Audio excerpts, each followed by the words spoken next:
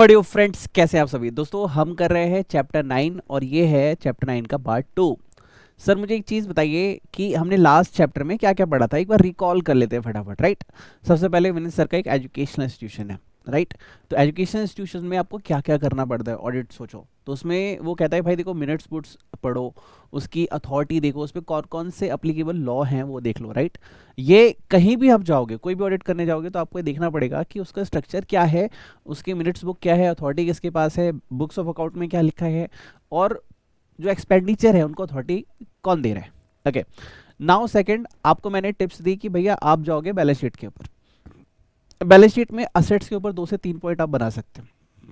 Educational institution के लिए assets क्या क्या होंगे, उसके पास बुक्स है, उसके पास बहुत सारी चीज़ें हैं, उसके पास लैंड एंड बिल्डिंग होंगी, इन्वेस्टमेंट होंगी। राइट, और कैपिटल साइड में क्या क्या होगा, कैपिटल होगा, प्लस कोई भी एक्सपेंडिचर जो अब तक आपने पे नहीं किया वो होगा, प्लस आपके पास असेट साइड में अगर कोई एडवांस फीस आई है तो वो हो सकती है, बाकी कॉर्पस फंड हो सकता है गवर्नमेंट कोई ग्रांट दी हो पर्टिकुलर, जैसे मैंने कहा था ड्रेस के लिए या बुक्स के लिए, वो चीज़ें वहाँ हो सकती हैं। ये हो गया बैलेंस शीट। देखो ओवरऑल हमारा क्वेश्चन क्या था, 8 पॉइंट मेंशन करने, जैसे मैंने आपको दिखाया था 5 to 8 पॉइंट्स आपको आने चाहिए ड्राफ्ट करना। अब इसके बाद इनकम एंड एक्सपेंडिचर दिखा दो। इनकम में क्या क्या है भैया, देखो स्कूल फीस आपकी इनकम है, आपको ग्रांट भी मिलती है, उसके बाद हो सकता है आपने हॉस्टल से पेमेंट आप ले रहे हो, आप कैंटीन से कुछ ले रहे हो, ऑब्वियसली स्कूल में कैंटीन्स वगैरह होती है, एजुकेशन इंस्टीट्यूशंस में, कॉलेज वगैरह में। राइट, उसके बाद अब वो क्या कहता है कि एक्सपेंडिचर क्या क्या होते हैं आपके। देखो मुझे जो भी एग्जाम्स कंडक्ट कराने हैं, स्टाफ की सैलरी देनी है, उसमें लिखा था एक वर्ड पीएफ वगैरह पे करना है, जो भी रिपेयर मेंटेनेंस है, जो भी ऑपरेटिंग एक्सपेंसेस है। तो और ऊपर से मैंने गवर्नमेंट को टैक्स दिया कि नहीं दिया, और अगर मेरा कोई रिफंडेबल क्लेम है तो वो मैंने क्लेम किया कि नहीं किया। तो ये ओवरऑल चीज़ें देखनी होती है, और बाकी एक बजट चेक करना होता है कि एक्चुअल बजट क्या था, कितना एक्सपेंडिचर हम कर सकते थे, किया कि नहीं किया। और अगर कोई ग्रांट मिल रही है AS 12 के अंदर तो वो स्पेसिफिक होगी, और जिस पर्पज़ के लिए होगी वो हमें उस पर्पज़ के लिए वहाँ पे एक्सपेंडिचर करना है। This is revision. आपको 8 to 10 पॉइंट्स बनाने आने चाहिए। ये चैप्टर आपको यही सिखाता है कि देखो कहीं भी ऑडिट करने जाओगे तो वहाँ जाके सिर्फ नेस्कैफे की कॉफ़ी मत पीते रह जाना। वहाँ जाके तुम्हें प्रूव करना है you know something and you have to do some work. ठीक है, तुम्हें पैसे काम करने के लिए मिल रहे हैं, वहाँ कॉफ़ी पीने के लिए नहीं मिल रहे। Okay, so let's start today's lecture. सबसे पहले लाइक नहीं किया तो लाइक करें, चैनल को सब्सक्राइब करें, और कमेंट में जाकर लिखिए IMCA और IMCA। We are CM family. We are CA Dreamers. I am CA Dreamers, and I'm next finalist. We are CA Dreamers. I am CA Dreamers, and I am next CA finalist. आपको comment box में हर बार जाके लिखना है। पूछो क्यों? जो हम बोलेंगे वही हमारे साथ होगा, जो हम लिखेंगे वही हमारे साथ होगा, जो हम करेंगे वही हमारे साथ होगा। अभी कल परसों में मोटिवेशनल वीडियो सुन रहा था, उसमें एक बहुत अच्छी बात लिखी थी। वैसे ये बात मैं कई बार सुन चुका हूँ, लेकिन आपकी वीडियो के लिए दोबारा से रिकॉल हो गई कि अगर आप किसी चीज़ को चाहते ही नहीं है कि वो तुम्हारी लाइफ में हो, लेट्स सपोज तुम नहीं चाहते कभी तुम्हारा एक्सीडेंट हो, तो तुम एक्सीडेंट के बारे में सोचो ही मत। जो इंसान सोचता है ना कि गाड़ी चलाते भाई मेरा एक्सीडेंट हो जाएगा, मेरा एक्सीडेंट हो जाएगा, उसका सच में हो जाता है। तुम ये कभी चाहते ही नहीं कि तुम फेल हो, तो फेल का वर्ड ही अपनी डिक्शनरी में से डिलीट कर दो। एक मूवी थी ना चेन्नई एक्सप्रेस, कहाँ से लाए ऐसी बकवास डिक्शनरी। ठीक है, तो उसी तरीके से ये जो तुम्हें नहीं चाहिए वो तुम्हारी डिक्शनरी में होना ही नहीं चाहिए। तुम्हारे पास, तुम्हारे माइंड में, तुम्हारे वर्ड्स में, तुम्हारे आईज में, तुम्हारे बिहेवियर में, तुम्हारे एटीट्यूड में बस वही होना चाहिए जो तुम रियल में अपनी लाइफ में अट्रैक्ट करना चाहते हो। If you don't want to attract anything in your life, just delete from your life. So what if we want to attract in our life? Just say we are CA Dreamers, I am CA Dreamers, and I'm next CA finalist. Sir we are CA Dreamers क्यों? क्योंकि हम सब वो students हैं, वो participants हैं, वो aspirants हैं जो CA बनने का सपना देखते हैं, और उनका मैं भी एक पार्ट हूँ। I am CA Dreamer। जैसे कहते हैं ना हम सब करोड़पति है और मैं भी करोड़पति हूँ और मैं आने वाला करोड़पति हूँ, उस तरीके से हम क्या बोल रहे हैं, एक ग्रुप बना रहे हैं ताकि हमारे माइंड को सबकॉन्शियसली बिलीव हो जो हम कह रहे हैं। Sir we are CA Dreamers, sir हम वो लोग हैं जो CA बनने का सपना देखते हैं। I am CA Dreamers, sir मैं भी सपना देखता हूँ CA बनने का। I am next CA finalist, क्योंकि मैं अगला नेक्स्ट CA फाइनलिस्ट बनने वाला हूँ। चलिए सर, इसी मोटिवेशन के साथ आज के लेक्चर को स्टार्ट करते हैं। आई होप जोश आ गया हो। और हाँ, अगेन रिपीट कर देता हूँ, इस चैप्टर के लिए और ऑडिट के लिए बुक कंपलसरी है। बोथ ग्रुप दे रहे हो, डेफिनेटली कंपलसरी है। ग्रुप 2 दे रहे हो, आर्टिकलशिप कर रहे हो, पढ़ने का टाइम नहीं है, बुक कंपलसरी है। प्लीज़, अगर थोड़े से अमाउंट के अंदर आपकी लाइफ सेव हो जाती है, आपका अटेम्प्ट सेव हो जाता है, और आप 30 to 40 से डायरेक्ट 80+ 90+ स्कोर कर सकते हैं, sir my dear friend go for it. एक बच्चे ने मेरे से कहा कि सर मेरे पास ना पैसे ही नहीं है, literally you are using a phone, और वो कम से कम फोन 8 से 10 हज़ार रुपये का होगा मेरे दोस्त। Nothing is free in this world. मैं आपके लिए अपनी सेवा फ्री कर सकता हूँ, ये लेक्चर्स 8 to 10,000 में सेल कर सकता हूँ किसी भी प्लेटफॉर्म पे जाके, लेकिन मैं ये आपके लिए कर रहा हूँ, दुआओं के लिए।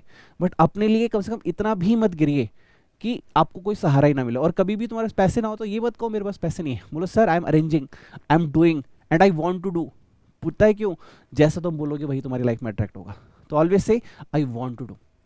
एंड जितने भी स्टूडेंट्स ये बुक ले रहे हैं ना भाई, दे फील प्राउड कि सर मजा आ गया सर, कम टाइम में बहुत अच्छा पढ़ने को मिल रहा है, ऊपर तो क्वेश्चन बैंक का आपने हर टॉपिक वाइज बना रखा है। तो आइए इस बुक को स्टार्ट करते हैं। और बुक आई होप सबके पास है, मैं एज्यूम करके चल रहा हूँ, ठीक।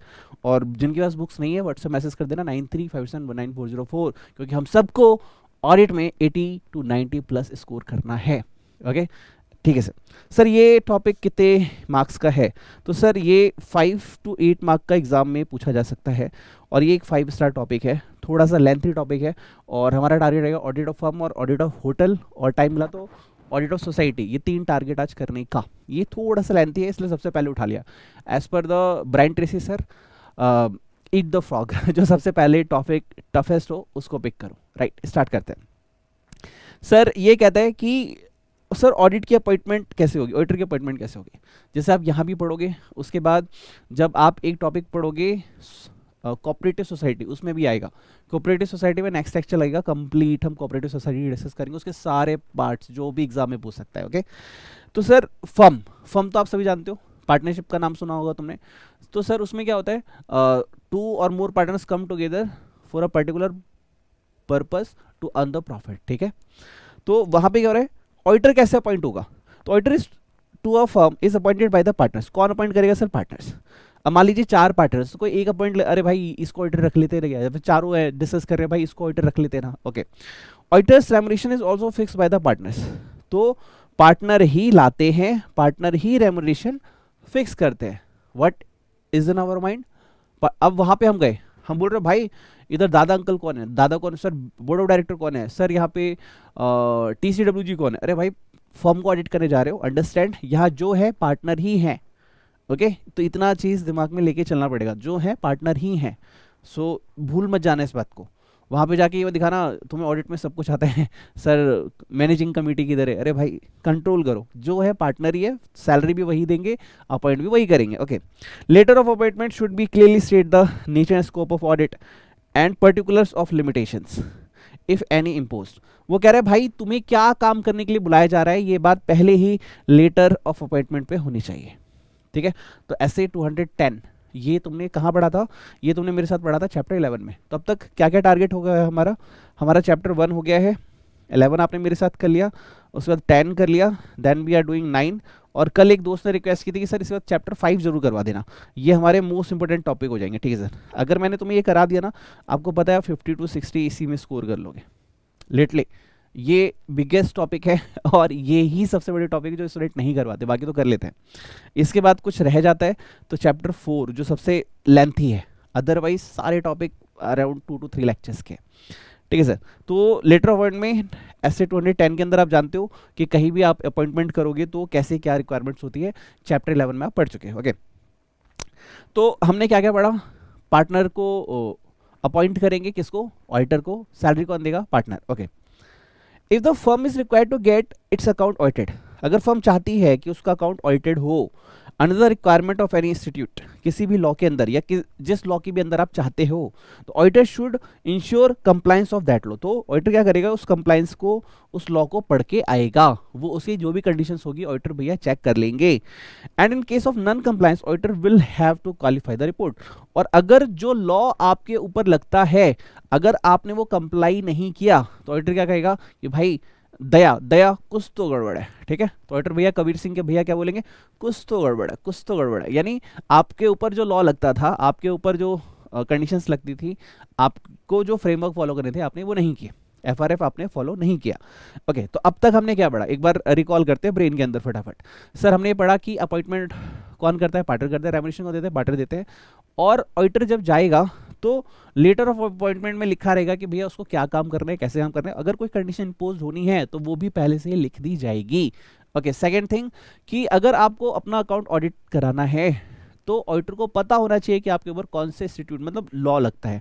जब ये वर्ड आते हैं ना तो ध्यान समझ लेना आपके ऊपर कौन सा लॉ लग रहा है। ओके, मेरे तो लॉ लग गए, ये वही लॉ है। Okay, the auditor should ensure that compliance of that law, कि भैया हमको इसकी कंप्लायंस कैसे करनी है, मतलब कि आपको इस चीज को फॉलो, मान लो आपके ऊपर AS10 लगता है, एग्जाम्पल AS10 तो वैसे भी सब पे लगता है, तो तुमको उसको देखना है कि इसकी अकाउंटिंग कैसे होती है, इस पर लॉ में क्या क्या है, इस पर टैक्स कैसे देना, मतलब सारी चीज तुम्हें पता होनी चाहिए। अगर पार्टनरशिप फर्म वो चीजें नहीं कर रही, यानी फर्म वर्ड है तो LLP भी हो सकता है, शायद फर्म तो LLP भी होती है, तो वो कह रहे हैं कि अगर वो लॉ आप फॉलो नहीं कर रहे हो तो ऑडिटर क्या करेगा, क्वालिफाइड रिपोर्ट देगा। ऑडिटर क्या करेगा, क्वालिफाइड रिपोर्ट देगा।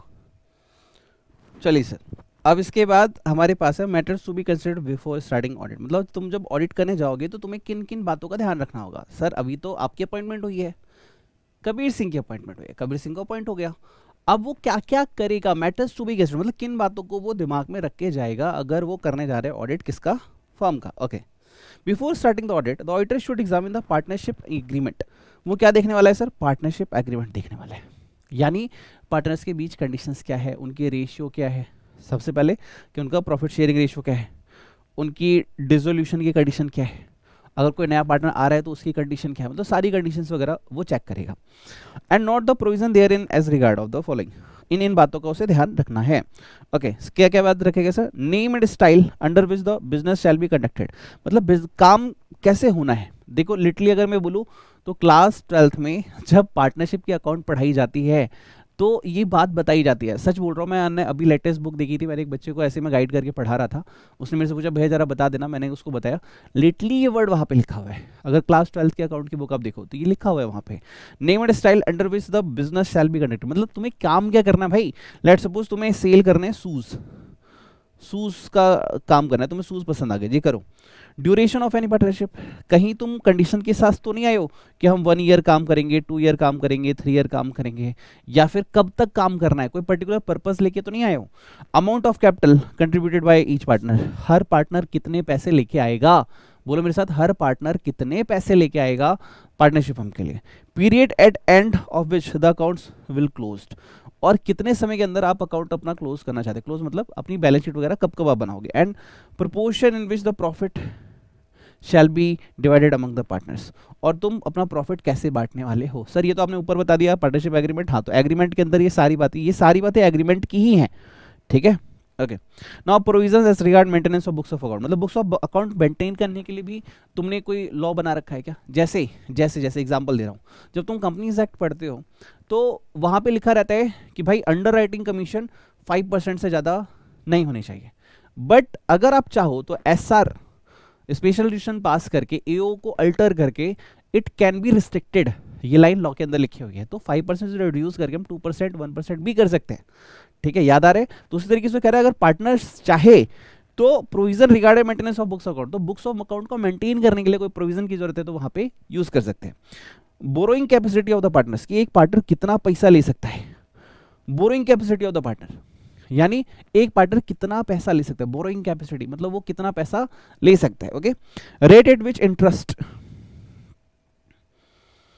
will be allowed on the capitals and loans provided by partners and the rate at which it will be charged on their drawings and current account। तो ये देखो class 12 वाली बात है कि अगर पार्टनर ने फर्म को पैसा दिया, लोन मतलब फर्म को लोन चाहिए, 5 लाख रुपए चाहिए, अरे है ही नहीं, काम है, ऑर्डर आया हुआ है, कहाँ से आएगा, चल मैं लाके देता हूँ, बट यही पैसा अगर वो बैंक से लेता तो 10% तो देता, मुझे 8% दे दो, तो क्या पैसे लोगे तुम अगर तुम फर्म को पैसा दे रहे हो, और फर्म क्या चार्ज करेगी अगर वो तुमको पैसा दे रही है।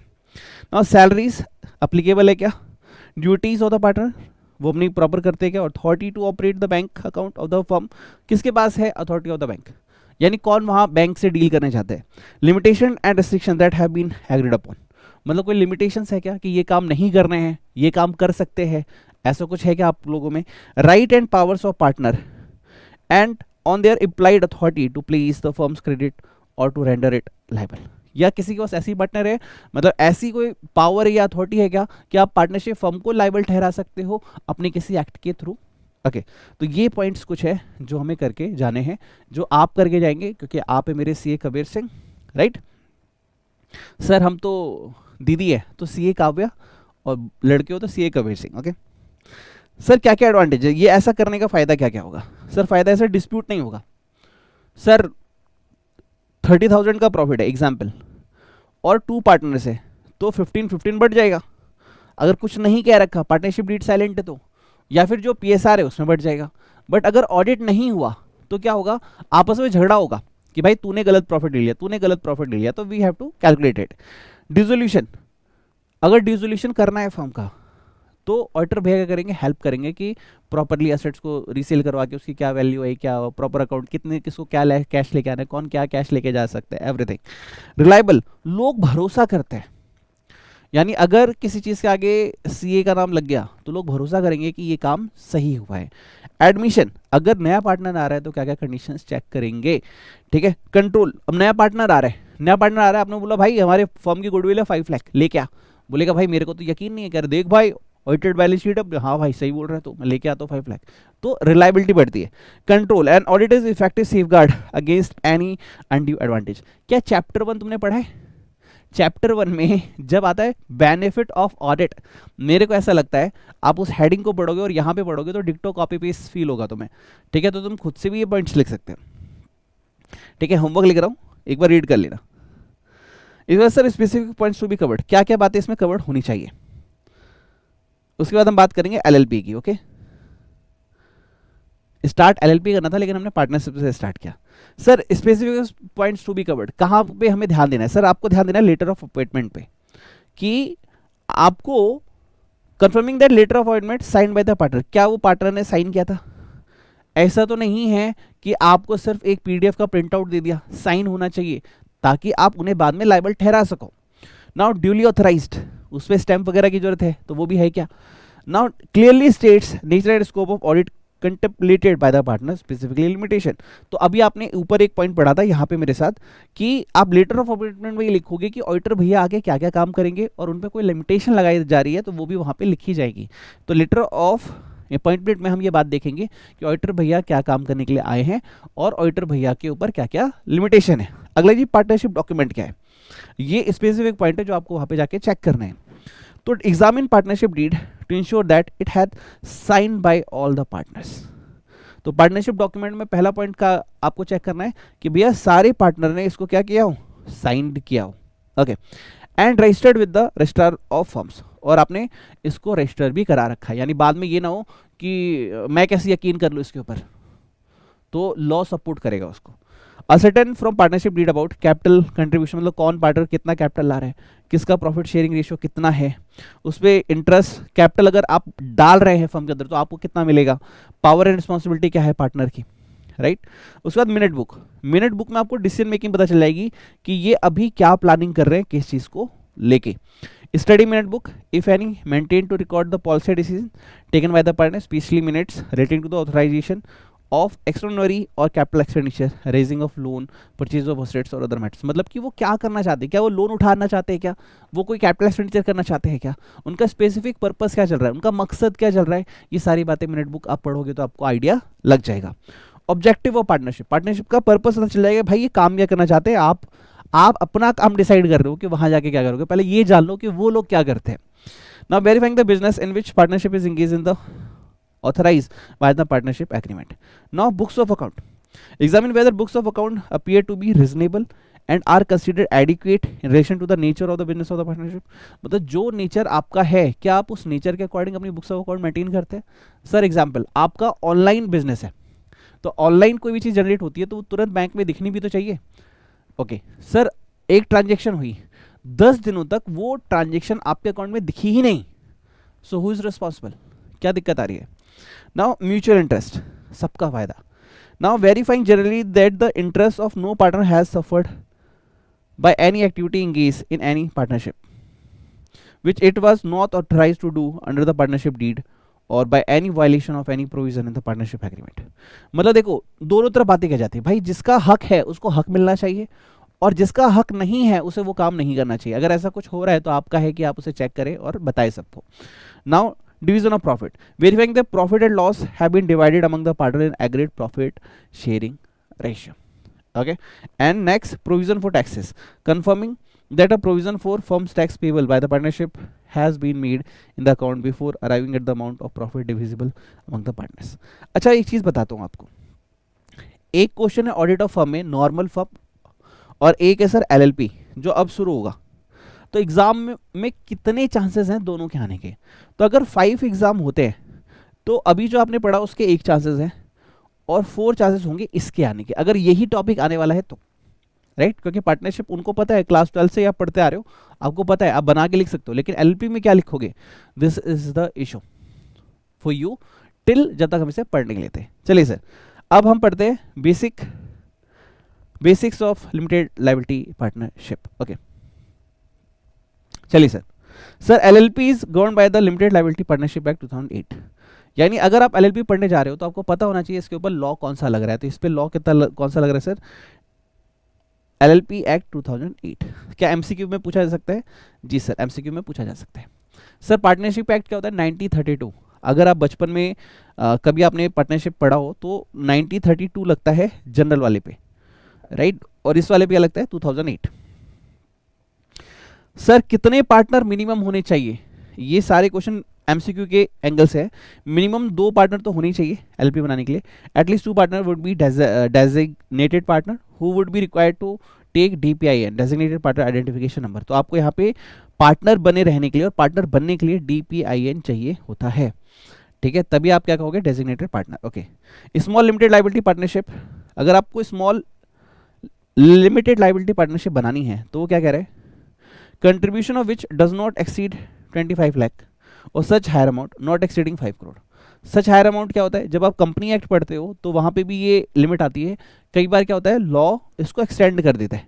तो अभी के लिए आपको क्या रखना है? 25 लाख, बट 5 करोड़ को एक्सीड नहीं करना चाहिए। जैसे आप स्मॉल कंपनी पढ़ते हो 40 lakh up to 4 crore, 200 lakh up to 2 crore, तो वो जो लिमिट है ना उसी को यहाँ पे सेम उस तरीके से बताया गया है कि अगर आपको small limited liability partnership LLP बनना है तो कंट्रीब्यूशन क्या होना चाहिए? डज नॉट एक्सीड 25 लाख और such higher amount not exceeding 5 crore.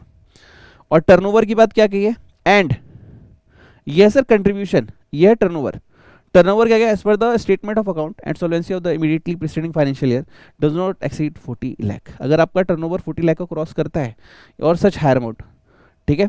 और कहाँ तक है सर? 50 करोड़ तक। तो ये है 25 लाख टू 5 करोड़, ये है 40 लाख टू 50 करोड़ एज में बी प्रिस्क्राइब। तो ये आपका क्वेश्चन बन सकता है, एमसीक्यू भी बन सकता है, केस बेस्ड स्टडी भी बन सकता है। ओके, अब आते हैं सर बुक्स ऑफ अकाउंट के ऊपर। LLP shall maintain such proper books of account which shall contain, क्या क्या होना चाहिए? First, particulars of all sum of money received and expended by LLP, कि आपको कितना पैसा आ रहा है, यानी इनकमिंग एंड आउटगोइंग। अगर मैं इसको सिंपली बोलूं तो इनकमिंग एंड आउटगोइंग, मतलब कितना पैसा आ रहा है, कितना पैसा जा रहा है। And the matter in respect of which the receipt and expenditure take place, और आपको ये जानना है कि भैया कहाँ से रिसीप्ट हो रही है और कहाँ खर्चा हो रहा है। मतलब आपको क्या देखना है कि पैसा कहाँ से आ रहा है और कहाँ जा रहा है, कहाँ से रिसीप्ट हो रही है, कहाँ पे पेमेंट हो रही है। कैश बेसिस पे रिसीप्ट और पेमेंट होता है और ड्यू बेसिस पे इनकम एंड एक्सपेंडिचर होता है। ओके, उसके बाद है record of the asset and liability, यानी इनडायरेक्टली क्या कह रहा है? Balance sheet. ये अकाउंट होता है आपका। Statement of cost of goods purchase, आप कितने का खरीद रहे हो। इन्वेंट्रीज यानी क्लोजिंग स्टॉक कितना है, वर्क इन प्रोग्रेस आपका कितना है सर। नाउ फिनिश गुड्स आपका कितना है and cost of goods sold आपका कितना है, and other particulars which the partners में डिसाइड। और भी कुछ हो सकता है जो कि आपने पहले से डिसाइड कर रखा है। तो एक बार मुझे बताओ बुक्स ऑफ अकाउंट में क्या क्या होगा सर। ऑब्वियसली बैलेंस शीट होगी आपकी, जिसमें आपकी एसेट एंड लायबिलिटी दिख रही है, आपका फिनिश्ड गुड्स कितना है, आपका डब्ल्यूआईपी कितना है, आपका क्लोजिंग स्टॉक कितना है, आपका रॉ मटेरियल कितना है, ये सारी चीज़ें होंगी। या तो आप बताएंगे आपको इनकम और एक्सपेंडिचर कितना है, या फिर आप बताओगे आपका रिसीप्ट एंड पेमेंट कितना है, और अदर थिंग्स विच पार्टनर में decide. Okay, now audit of account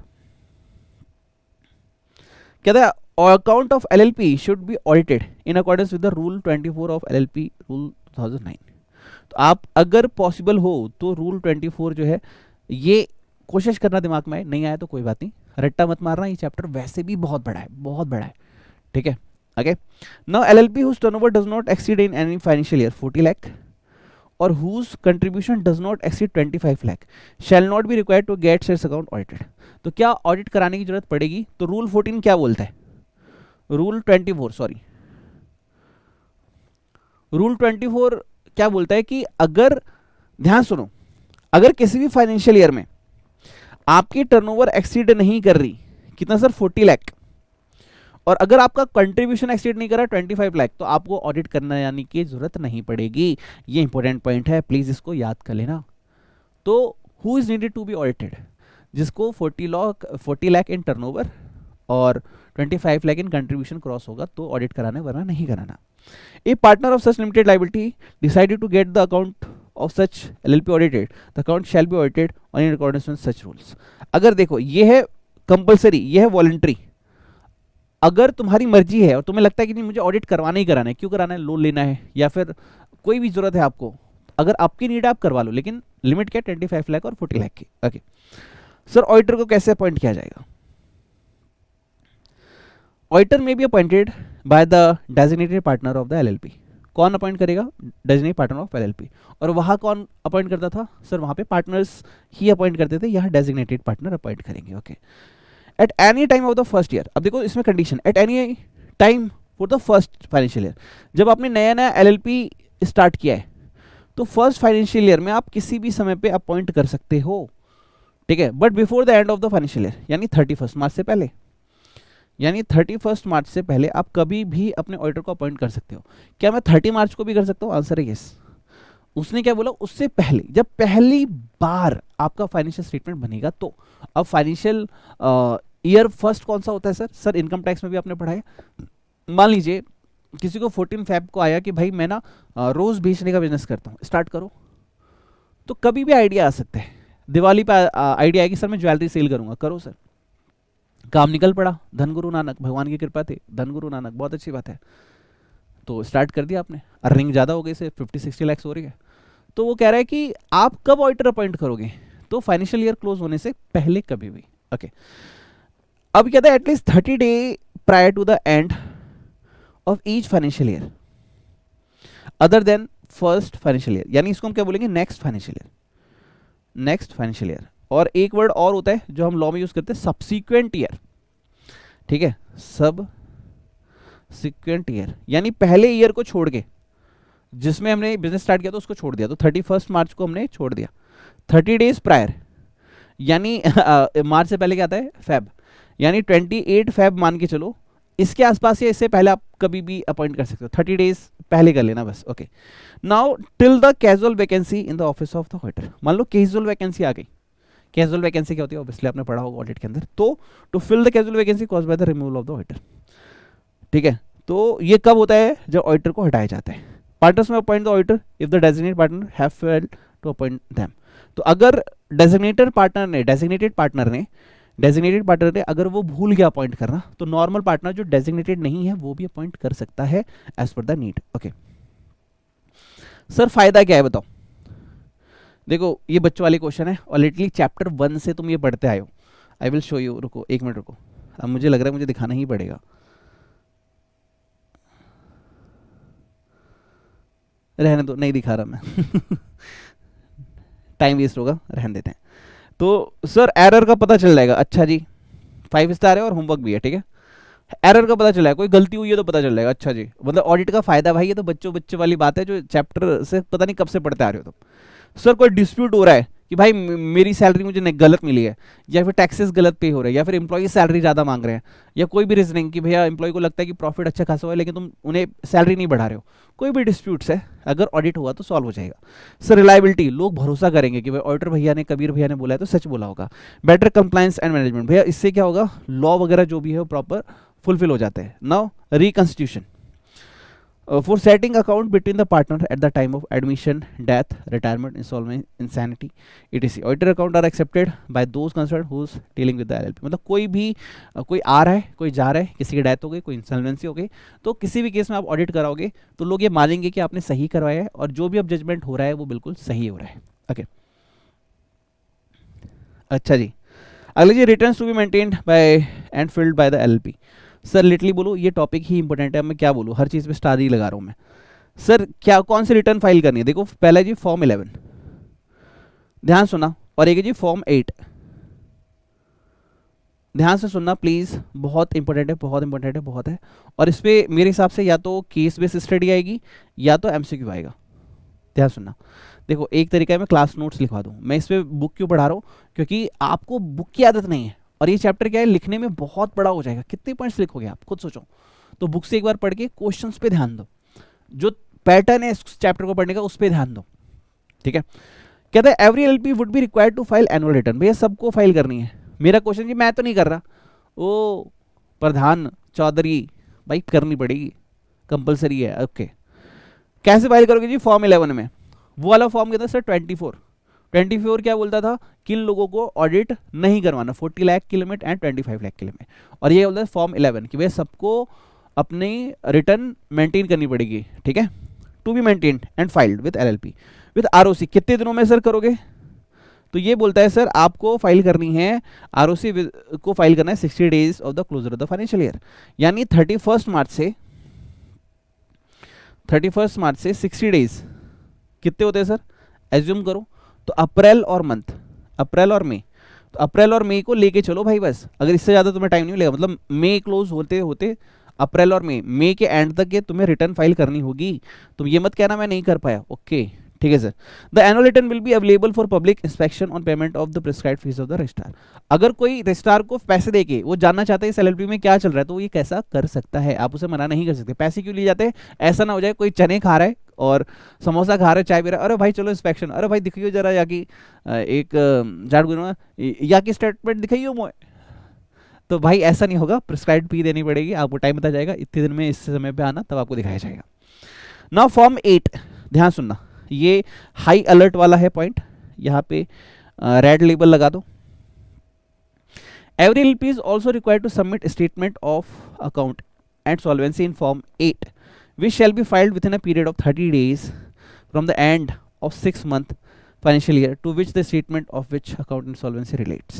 देखो अब ये क्या बोला है, जरा ध्यान से सुनना, एक बार मैं रीड कर रहा हूँ, दोबारा रीड कर रहा हूँ, दोबारा करूंगा तब तक करूंगा तो तुम्हारे ब्रेन में ये ना आ जाए, प्लीज ध्यान सुनना। Every LP is also required to submit, आपको और भी क्या करना है, statement of account and solvency देनी है। सॉल्वेंसी का मतलब क्या होता है, ये क्यों है पहले ये समझो फिर क्या समझो।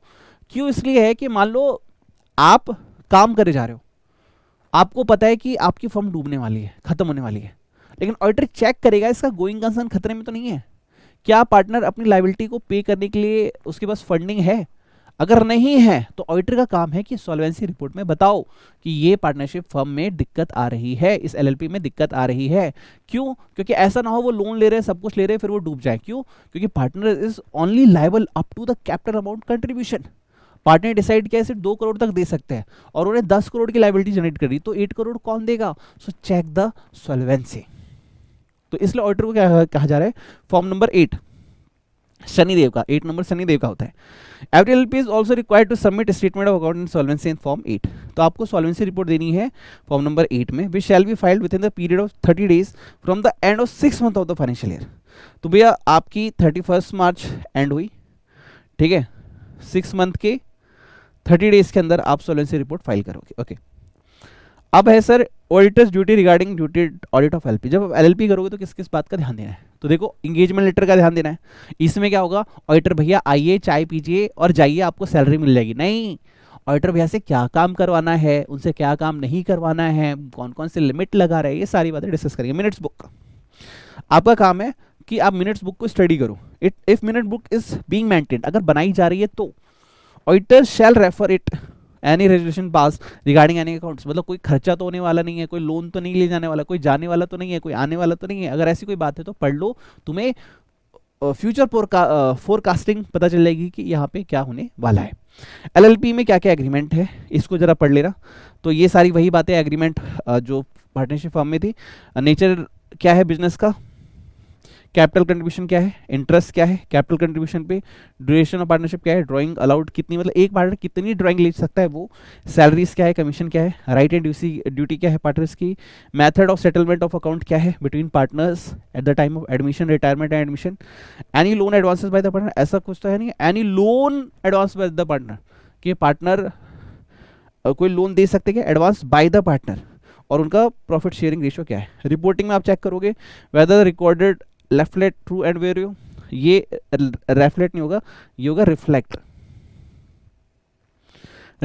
True and fair view, whether the obtain all information explanation, whether any restriction was approved upon him, तो आपने देखो ये वाला पॉइंट तो बना के लिख दोगे, बाकी जो स्टार वाला है मैंने आपको ऑलरेडी बता दिया है, ठीक है। चलिए सर, अपने जिगर को थाम के बैठो, आइए अब क्वेश्चन की बारी। हाँ, वो गाने नहीं, आइए बंटी की बारी। सर कहाँ कहाँ से गाने लाते हो? बस ले आता हूँ बस। पता है क्या, a teacher should be like actor who haves to perform to entertain his students. पता है क्यों? क्योंकि मैं नहीं चाहता कि पढ़ते हुए तुम बोर हो जाओ। और सुनाओ कैसे हो तुम? अगर ये लाइव क्लास होती थी तो मैं पूछता भाई कल क्या खाया था तुमने, सब ठीक है ना, किसी ने धोखा वोखा तो नहीं दिया ना, दिल तो नहीं टूट गया तुम्हारा, रात में टाइम से सो रहे हो ना, भाईचारा होना चाहिए ना, फीलिंग्स, ठीक है। Okay, now start with the question. CA Akas Virmani is auditor of partnership firm consisting of 4 partners during the year. One of the partner has retired and another partner has joined next day. एक partner retire हुआ, नया partner आया. Discuss any one point which shall be considered by you to ensure the financial statement. Or it shall consider provision of the retirement deed, partnership deed. मतलब partnership deed क्या कहती है आने और जाने को लेके। It should be ensure that profit are appropriately distributed and for the profit after retirement should be hand been determined. मतलब पहले कैसे डिस्ट्रीब्यूट होना था जाते समय और अब आगे से कैसे होगा, ये बातें तुम्हें ध्यान देनी होगी। MTB March, what are the advantage of audit of account of partnership. ये वर्ड यहाँ पे गलत आ गया है। Partnership firm are govern by the Indian Partnership Act 1932। Advantage क्या है, ये होमवर्क ही दे रहा हूँ यार, बच्चों वाला क्वेश्चन है, डिस्कस कर लेना। एमटीपी मार्च 19 में, आरटीपी नंबर 23 में था, एक बार रेडिंग दे देना यार। आरटीपी में 19 mention important points auditor will consider while conducting audit of the account of the partnership firm required to consider specially in the audit of the account of the partnership. किन किन बातों का तुम ध्यान रखोगे? देखो, letter of appointment, partnership deed, minute book and objective of partnership, books of account, mutual interest, division of profit and provision of taxes. क्या हमें 8 पॉइंट्स लिखने हैं? नहीं। अगर ये 4 to 5 मार्क्स का है तो तुम 5 to 6 पॉइंट्स लिख देना, इट्स इनफ, ओके। और अगर ये 5 मार्क्स का है तो फुल 5 मार्क्स का है और तुम्हें लग रहा है टाइम है तो लिखना 7 to 8 पॉइंट्स। अगला है sir July 21, 3 marks. Tomo construction engineering LLP approaching CAK to understand various returns to be maintained and filed by them. Guide and discuss the various returns to be maintained by and filed by them. Returns to be maintained and filed by the LLP. तो भैया form 11 and form 8, ये important question है, important question, ठीक है। और already exam में आया हुआ है इंपॉर्टेंट क्वेश्चन, 5 स्टार लगा लेना, इसलिए कह रहा था बुक होनी चाहिए तुम्हारे पास, ठीक है। अगला क्वेश्चन है जुलाई 21, 3 मार्क्स, 5 स्टार लगा लेना। When LLP is formed during the 23-24, they are not sure about the types of books of account to be maintained. उन्हें नहीं पता sir what are the books of account LLP required to maintain। तो देखो यार, तुम्हें पैसा कहाँ से आ रहा है, पैसा कहाँ से जा रहा है, इसके लिए हो सकता है तुम इनकम एक्सपेंडिचर अकाउंट बनाओ या रिसिप्ट और पेमेंट अकाउंट बनाओ। उसके बाद बैलेंस शीट बनानी पड़ेगी। उसके बाद तुम्हें एक अकाउंट बनाओ जिसमें तुम बताओगे फिनिश गुड्स कितना है, क्लोजिंग स्टॉक कितना है, WIP कितना है, ये सारी चीज़ें तुम बताने वाले हो। उसके बाद any other particulars which are pertain partners में डिसाइड, रूल 24 ये कहता है, ठीक है, ओके। इसी के साथ ये वाला टॉपिक हो गया। तो 40 मिनट्स हमने इस पे लगाया, अब थोड़ा सा इंटरेस्टिंग पढ़ लेते हैं।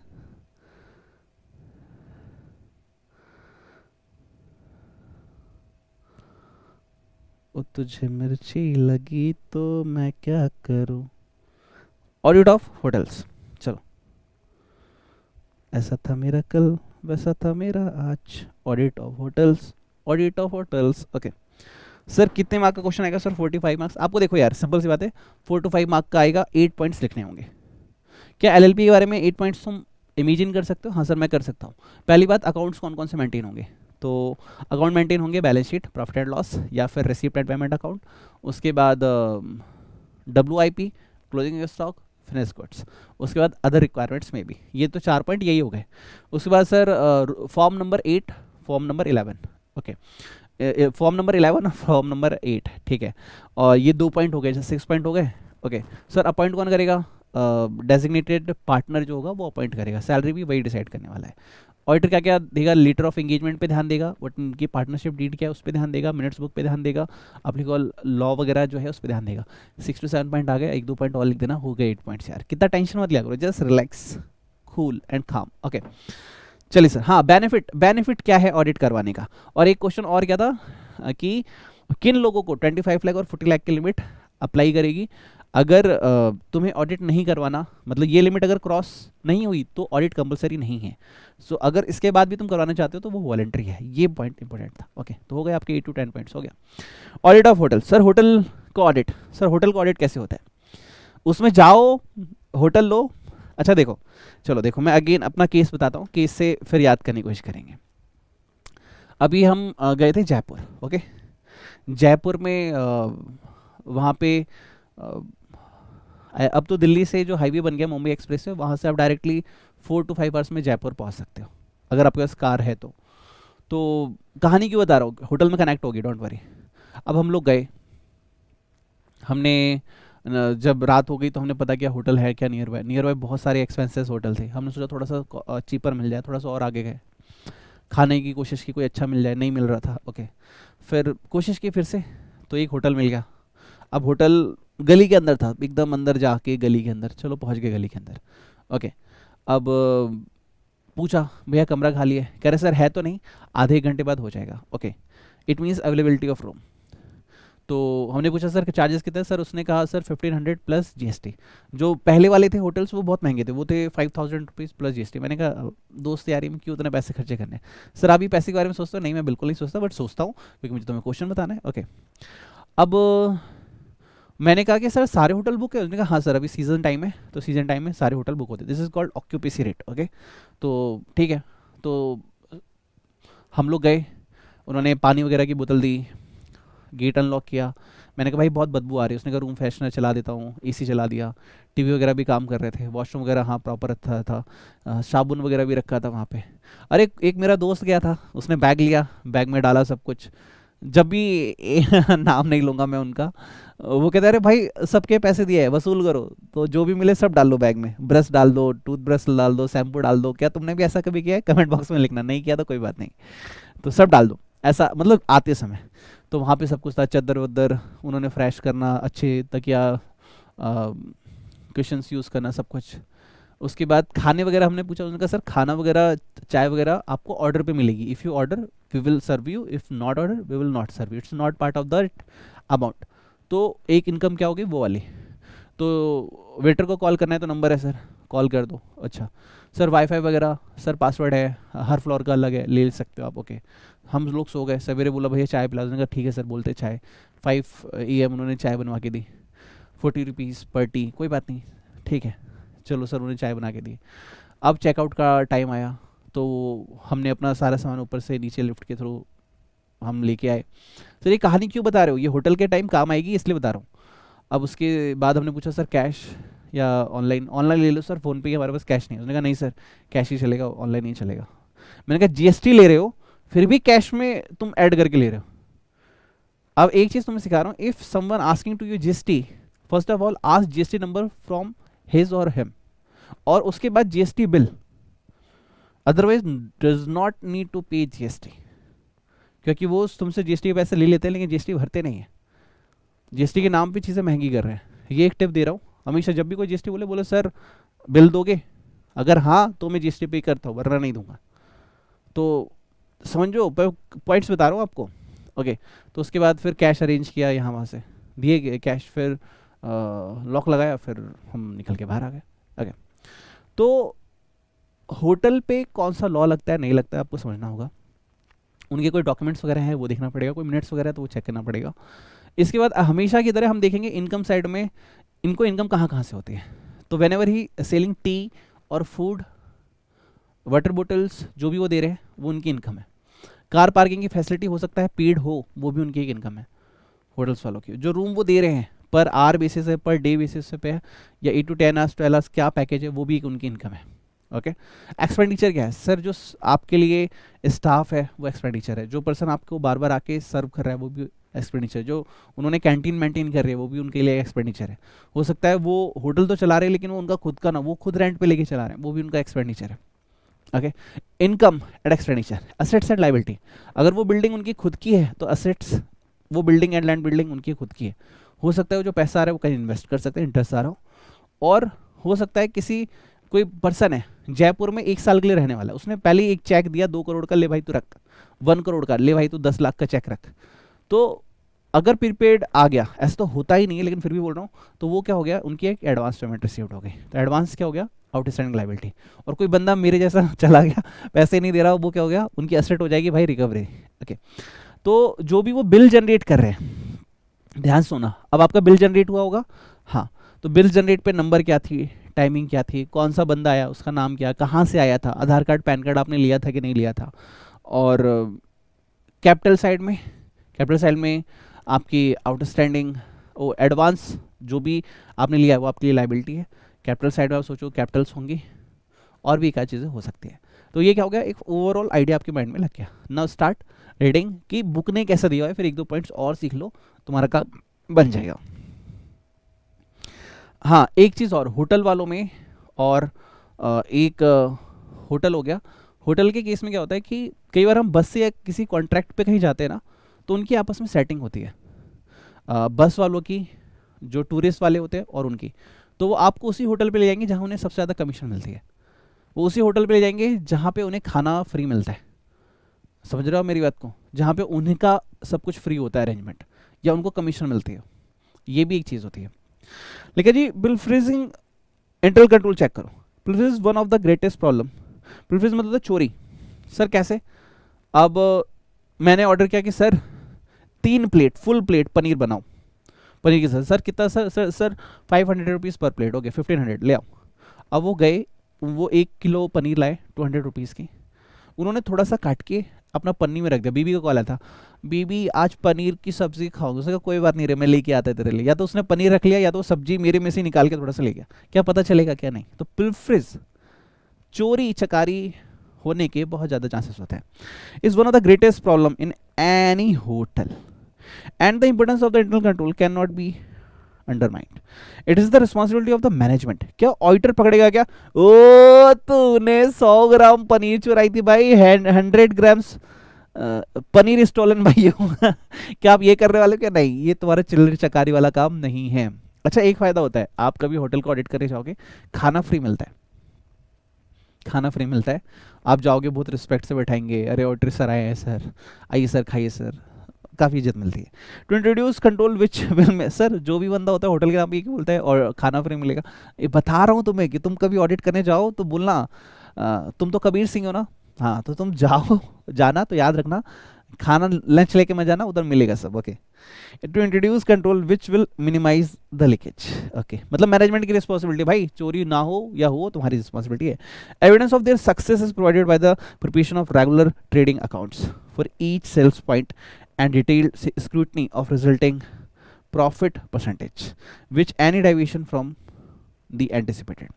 कह रहा भाई each सेल पॉइंट पे, जैसे कैंटीन में भी सेल होती है, मैंने आपको एग्जांपल दिया, राइट, मैंने 100 रुपीज़ दिए स्टाफ को, मैंने बोला भाई पानी की बोतल लिया, पानी की बोतल वाटर जो प्राइस था बोतल का वो अराउंड 70 रुपीज़ था, वो 100 रुपीज़ 30 रुपीज़ उसने वापस नहीं किए। तो ऑन ईच पॉइंट, जैसे कैश वाला हो गया, जीएसटी वाला झूठ हो गया, सेल्स वाला हो गया, तो ऐसी हर पॉइंट पे मैनेजमेंट का काम है, हमारा काम नहीं है। Auditor should obtain these regular trading accounts for the period under review. आपको जो रेगुलर पीरियड्स है ना, वीकली मंथली, आपको ये चेक करने पड़ेंगे। Examine then and obtain explanation for any apparent deviation. कोई डेविएशन आ रहा है तो आप पूछो कि ऐसा क्यों हो रहा है। Auditor should verify a few restaurant bills like KOT, kitchen order ticket. मैंने ऑर्डर दिया, सर कितना, सर 10 रोटी, सर आप 10 रोटी खा लोगे 10 breads.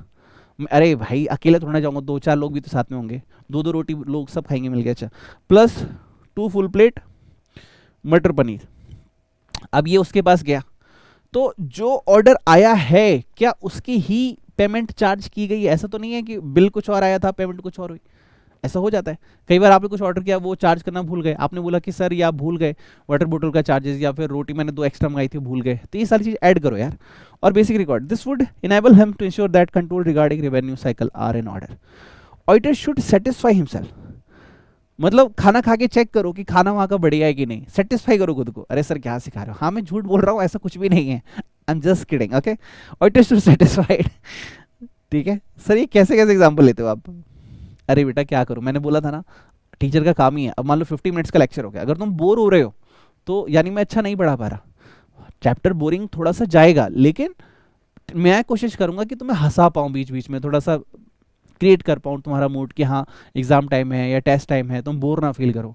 I try my best. Okay, तुम भी अपना बेस्ट दो. Should satisfy himself that all taxes collected from occupants on food and occupation have been paid over the proper authorities. तो जैसे मैंने कहा था कि भैया उन्होंने हमसे लिया 1200 प्लस लेट्स सपोज 10% जीएसटी, तो इन्होंने 1320 लिया. तो क्या ये टैक्स पे भी हुआ है? ये मेरा काम थोड़ी ना है, ये तो सीए कबीर सिंह का काम है. जो वहाँ का ऑडिटर है वो चेक करेगा ना कि ये टैक्स पे भी करते कि नहीं. बट कैश में लिया तो पता ही नहीं चलेगा. समझे? Room sales and hall bookings. Charge for room sale is normally posted to guest bills by receptionist and front office. But sir आपने कोई बिल लिया था? आंसर है नो. बट अगर मैं ऑनलाइन बुक करता तो मेरे को बिल मिलता. बट कैश सस्ता भी तो था यार, क्या ही बोलूं मैं. Source of these entries is invariably the guest register and audit fees. Audit test should be carried out to ensure that the correct number of the guests are charged for the correct period. मान लो 4 hours के 1000, अब वो person 8 our रहा है और you just charge 5000. अब आप पूछ सकते हो वाई. आपने चेक किया ना, इंटरनल कंट्रोल चेक किया आपने कि भाई रजिस्टर में तो साफ लिखा है जो पॉलिसी है 4 आवर्स की 1000 की है, आपने 8 आवर्स की 1000 क्यों लिया? आपको तो 8000 लेना चाहिए था. कोई गड़बड़ तो नहीं है? सर उसने इतने ही दिए. कैसे? आप तो पॉलिसी फॉलो करनी थी, आपको रूम रेंट देने से पहली बात कर लेनी चाहिए थी. In many hotels housekeeper prepare daily report of the rooms. जो हाउसकीपर होता है वो लिखते हैं इस रूम में इतने वैसे ये भैया रहे, ये गए, ये इनका ये आया, इन्होंने ये मंगाया था, या जो भी वो मेंटेन करते हैं. Which were occupied the previous night. This report tends not to permanently retained and the auditor should ensure that the sufficient number of reports are available for him to test both with the guest register and with the individual guest bill. ठीक है. अब जैसे क्या हुआ, एक बार हम खाटू श्याम गए थे, कार से गए थे ना, हाँ कार से गए थे. मैं अपनी कार लेके गया था, दोस्त वगैरह सब थे. अब खाटू श्याम पे गए, वहाँ पे 300 रुपये में कमरा, 500 रुपये में कमरा. हमने कहा अच्छा. उस लड़के से मेरी बात हुई, उसने बोला जी पिछला जो बंदा था वो तो क्या करता था, अपने दो मतलब रूम रेंट पे लगा दिए और कभी रिकॉर्डिंग ही नहीं करता था. 10 हाउस ऑक्यूपाइड, वो बस 6 शो करता था, 4 के पैसे खुद रख लेता था. मैंने कहा आप क्या करते हो? मेरी आदत है भाई, I am a good communication person, मैं सारी इंटरनल की बातें निकाल लेता हूँ. उन्हें नहीं बताऊंगा कि कबीर सिंह जो है वो मेरा ही स्टूडेंट है, बट कबीर सिंह को पढ़ाने के लिए मैं सारी इंटरनल बातें निकाल लेता हूँ. तो मैंने बोला भाई आप क्या करते हो? कह रहे भाई मैं तो भाई जो भी है व्हाट्सएप पे भेज देता हूँ सर को कि सर ये बंदा इतने बजे आया था, ये इसका अमाउंट है, ये आधार कार्ड है, पैन कार्ड है, ताकि सर को भी पता चल जाए, मुझे पता चल जाए. फिर उसको नौकरी से निकाल दिया. मैं जो अभी 1 महीने हुए यहाँ पे आए हुए. अच्छा भाई, मैंने उससे पूछा सर कब तक रह सकता हूँ? कह रहे भैया कल 5 बजे तक तुम जा सकते हो, 5 PM तक, और 5 PM के बाद दोबारा चार्ज लेंगे. मैंने कहा अगर मैं जल्दी चला गया तो? कह रहे अच्छी बात है. लेट गया तो? कह रहे भाई 1-2 घंटे के लिए हम कुछ नहीं बोलते. तो you have to understand how they operate. Now understand how you should do audit on this. ठीक है CA Kabir Singh ji, Kavya ji. Now auditors should ensure that proper valuation of occupancy in progress at the balance sheet date is made. क्योंकि कई बार क्या होता है, अगर cell बढ़ानी है, सेल ज़्यादा टैक्स ज़्यादा, और टैक्स अगर ज़्यादा पे करे हो, बैलेंस शीट अच्छी है तो क्या होगा, लोन ज़्यादा मिलेगा. तो ऐसा तो नहीं है कुछ चेंजेस दिख रहे हैं बैलेंस शीट के आसपास. You have to cross verify it कि ये जो भी हो रहा है जेन्युइन हो. No auditor should ensure that proper records are maintained for booking of halls and other premises of special parties and recovered on the basis of tariff. मान लो hotel ही है, कोई गाड़ी से लोग आए, कितने से 40-50, उन्होंने बोला जी सारे रूम हमें दे दो, सारा हॉल्स हमें दे दो. क्यों जी? हमारी पूरी फैमिली आई है, पूरी रहेगी. तो आपने हॉल वॉल सब दे दिया उन्हें, जैसे कहते हैं ना शादी वगैरह के हॉल्स वगैरह जो भी होते हैं सब दे दिए. सर हम यहाँ खाटू श्याम जी बाबा का आशीर्वाद लेंगे, बालाजी का आशीर्वाद लेंगे, फिर जाएंगे. ठीक है. तो आप चेक करो क्या होता है, क्या रेट लिए जाते हैं, कैसे दिए जाते हैं, क्या प्रॉपर पैसे की अकाउंटिंग हो रही है, कैसे रिपीट सेप्ट हो रहे हैं, कैसे हो रहा है, क्या हो रहा है, समझो उस चीज़ को. अब सर जी इन्वेंट्री, इन्वेंट्री में एग्जांपल हो जी पनीर का प्लस सिगरेट्स का प्लस वाटर बोटल्स. ठीक है. Interest are in hotel are both readily portable and sellable, particularly for the food and beverage inventories. It is therefore extremely important for all the moment and records of such inventory should be properly documented to enable control to be exercised over each individual store area and sales point. तो वो कह रहा है store room में भी accounting करो कि वहाँ पे कितनी सिगरेट्स के बंडल थे, कितनी इन्वेंट्री थी वहाँ पे, वाटर बोतल, सर आप सिगरेट भी तो नहीं, आई डोंट लाइक इट, तो कितनी सिगरेट कितनी वाटर बोतल थी, और सेल्स पॉइंट पे भी करो कि मान लो अगर 10 थी 4 सेल हो गई तो 6 हमारे यहाँ भी होनी चाहिए, 6 इन स्टॉक। अब जाके वेरीफाई कर सकते हो, एग्जिस्टेंस चेक कर सकते हो, अकरेंस चेक कर लिया, एग्जिस्टेंस जाके चेक करो कि सच में वहाँ पे है कि नहीं है। Now area where large quantities of inventory are held should be kept locked. अगर कोई बहुत ज़्यादा इन्वेंट्री है तो भैया लॉक करके रखो, ऐसा ना हो कि कोई जा रहा है उठा के लेगी तो क्या। Key being retained by department manager, key should be released on trusted personal. वहाँ की चाबी सबको नहीं देनी है जी, संभाल के रखनी है, सही बंदे को देनी है। And unauthorize person should not be permitted, कोई अगर अनऑथराइज्ड है तो उसको जाना आना अलाउ मत करो। Merely hotels are use specialize professional valuer to take and value inventories, तो वो उसकी वैल्यूएशन के लिए अच्छे लोगों को रखते हैं। ये तब जब 5 स्टार होटल है, बड़ा होटल है, एक छोटा मोटा होटल है वहाँ क्या ही होगा, एक ही बंदा सेल्स भी कर रहा है, रख भी रहा है, सब कर रहा है, सारी चीज़ वहाँ होती है। बालाजी जाना कभी आप, मेहंदीपुर बालाजी, मैं मोस्टली जाता रहता हूँ। अभी जब से तुम्हारा बैच अनाउंस किया तब से नहीं जा पा रहा, जब बैच कंप्लीट हो जाएगा डेफिनेटली आई विल गो। अभी बात हो रही थी इस वीक में जाने की, बट टाइम नहीं मिला। अब क्या है कि वहाँ पे आप जाओगे 500 1000 के होटल्स होते हैं, 2000 तक भी होते हैं, आपके ऊपर है जितना भी आपको करना है। अब एक ही बंदा सारी, अरे भैया होटल चाहिए क्या, रूम चाहिए क्या, आ जाओ आ जाओ। अब आपको लेके गया, आपकी कार पार्क कराई, भैया इसके 100 रुपये अलग से लेंगे, ठीक है, कब तक, अरे भाई कब जाओगे तुम, सवेरे चले जाना 7 बजे तक, ओके ठीक है। सर खाना चाहिए क्या, ये चाहिए क्या, ओके, इन्वेंट्री वगैरह सब कुछ वही हैंडल कर रहा है।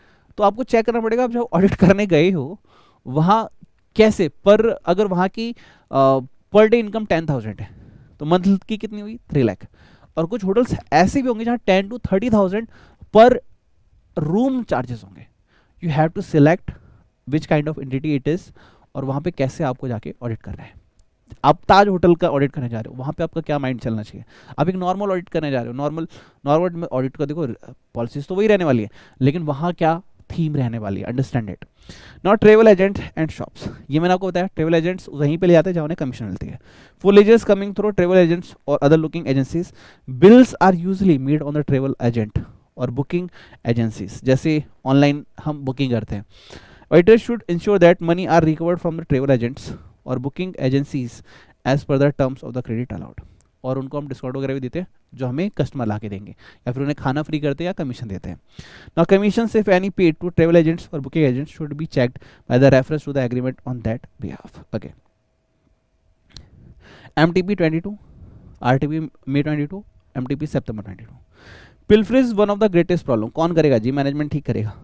The inventories in hotel are both readily portable and saleable. अभी अभी आपने पढ़ा, होमवर्क दे रहा हूँ मैं आपको, कर लेना प्लीज। अगला जी आरटीपी नंबर 22 का question, you have been appointed as an auditor of EBC hotel, a 3-star hotel for financial year 23-24 as auditor, what are the special points that need to be considered in verifying inventories in the nature of food and beverage? क्या करना है sir, ये तो खाने पे ही बात आ रही है हर जगह की, हाँ जी वहाँ खाने पे ही आएगी सारी बात, ठीक है। देखो कितने अच्छे से पॉइंट देने गए हैं, इसलिए मैं कह रहा था कि प्लीज बुक रखो और बुक से आंसर देखो कैसे लिखा जाता है, उसके बाद प्रैक्टिस करो, ठीक है। उसके बाद MTP मार्च 23 का क्वेश्चन है, inventories and travel agent shops का होमवर्क है, प्लीज कर लेना। इसके बाद अगला क्वेश्चन है, sir as an auditor explain the area consideration while auditing element of room sales during the audit of the 5-star hotel. तो ये 5 स्टार लगा लेना इस पर, बाकी सब तो ईजी है, तुम कर सकते हो। ऐसा नहीं बाकी नहीं आएंगे, आएंगे, लेकिन थोड़ा सा इस पर ध्यान देना, इस आंसर पे। अब ये जी कोऑपरेटिव सोसाइटी, कल इसका लेक्चर रखते हैं और इस पर हम फुल डेडिकेशन देंगे, और मान के चलो कल इस पर फुल लेक्चर लग भी जाएगा, ये बहुत बड़ा टॉपिक है, दिखाता हूँ मैं आपको। कोऑपरेटिव सोसाइटी की मीनिंग, ऑडिट सेक्शन 17, और इसमें तकरीबन 11 पॉइंट है। उसके बाद features of cooperative audit, society audit, फिर इसके अंदर 10 पॉइंट्स है, फिर इंक्वायरी आप पढ़ोगे, इंस्पेक्शंस पढ़ोगे, ठीक है। इसके अंदर आप देख सकते हैं अच्छे खासे पॉइंट है, मतलब ये मान के चलो पूरा लेक्चर जाएगा, अराउंड 3 to 4 पेज है बुक के, टाइम लगेगा आपको अच्छा खासा। तो सर हम ये कर लेंगे। हाँ सर, देखो ये टॉपिक होते ही, ये वाला टॉपिक होते ही मान के चलो आपका 40 to 50% ये चैप्टर हो गया 3 लेक्चर्स, तो 2 to 3 लेक्चर्स 5 to 6 का हमने टारगेट रखा था, तो 5 to 6 में ये खत्म हो जाना चाहिए। ठीक है, तो आपके साथ अलविदा चाहूँगा मैं इस लेक्चर के लिए, अभी के लिए, और मिलते हैं आपसे नेक्स्ट लेक्चर में। ठीक, एक होमवर्क देता हूँ जो आते ही हम सबसे पहले करेंगे।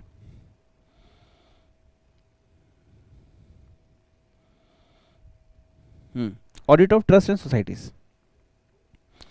ट्रस्ट एंड सोसाइटीज का ऑडिट कैसे होता है, ये होमवर्क है, डू इट फॉर मी।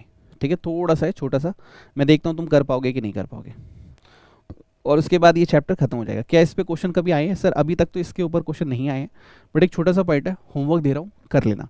अगर इस पे कोई डाउट आता है तो कमेंट बॉक्स में लिख देना कि सर हमने होमवर्क किया था, हमें डाउट आ रहा है, एक बार एक्सप्लेन कर दो। वैसे नहीं आएगा क्योंकि अब आप मेरे साथ 5 to 6 हाईएस्ट लेवल के केस कर चुके हो।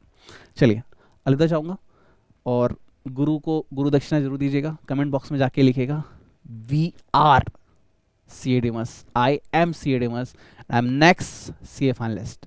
Either I am CA or I am CA, but definitely I am CA, I am next finalist. जाइए लिखिए, हर बार लिखिए, बार बार लिखिए, इतनी बार लिखिए कि अगर किस्मत में ना भी होना तो भी तकदीर बदल जाए, आपकी मेहनत से, आपके कर्मों से, आपके वचन से, आपके कर्म से।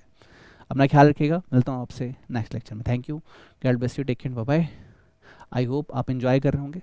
कोई शिकायत हो तो कमेंट बॉक्स में लिख सकते हैं, तारीफ़ करनी हो तो भी लिख सकते हैं, और हाँ पर्सनल डाउट हो जैसे बुक्स के बारे में या फिर कोई क्वेश्चन के बारे में तो व्हाट्सअप कर देना 9354719404 पे।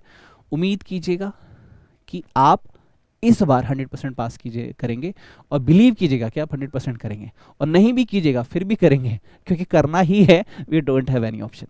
ठीक है, और जैसे मुझे आपके साथ ये शेयर करके दुआएं मिल रही है, वैसे आप भी इस प्लेलिस्ट को दोस्तों के साथ जरूर रेफर करें ताकि आपको भी दुआएं मिलें, क्योंकि कई बार जो काम हार्डवर्क से नहीं होते वो मेहनत से हो जाते हैं, दुआओं से हो जाते हैं। Okay, thank you and God bless you.